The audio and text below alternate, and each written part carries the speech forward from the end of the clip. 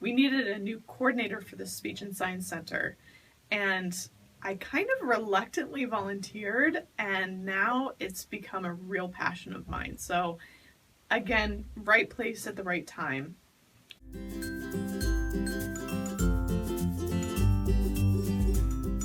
Dr. Crystalline Swift Ferguson is currently a professor at Mount San Antonio College and is also the co-director of the Speech and Science Success Center, which is located at Building 26B, Room 1551. Jerry Seinfeld and a few other people can remind us that public speaking is America's #1 biggest fear. And so most people, their #1 fear is public speaking. #2 is death. So if you're at a funeral, most of us would prefer to be in the casket than giving the eulogy. But it's interesting because the #1 thing people come in here for is probably sign language. According to the National Center for Health Statistics, American Sign Language is the third most commonly used language in the United States, and 28 million Americans, which is 10% of the population, have some hearing loss. We recently had our research department pull some numbers, and we found out that if you come in here for tutoring, you increase your odds of passing your speech class by about 10%, but you increase your odds of passing your sign class by almost 25%. So public speaking is something that requires practice and requires help sometimes, but sign language requires even more. I see these things as very connected because they're both modes of communication.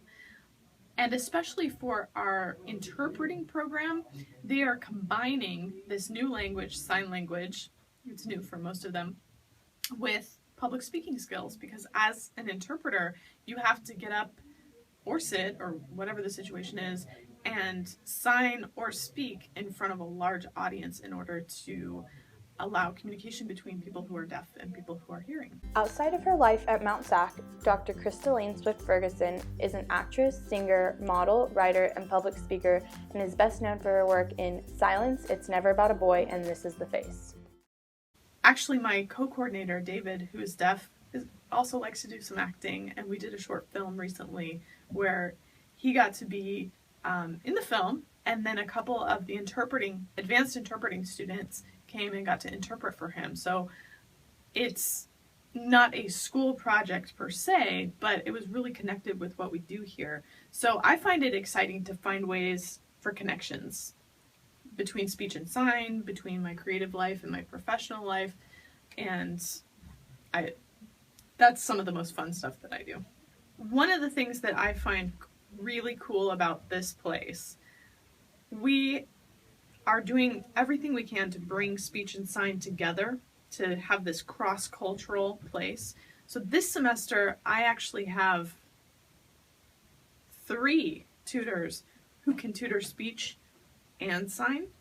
So that means deaf students enrolled in public speaking classes can come in and be tutored in their native language, which is so exciting to see. Here at Mount SAC, we have a population of about 100 deaf students, which is, I mean, compared to the whole campus, that's a small number of students, but in terms of percentage of the population, it's actually a high number.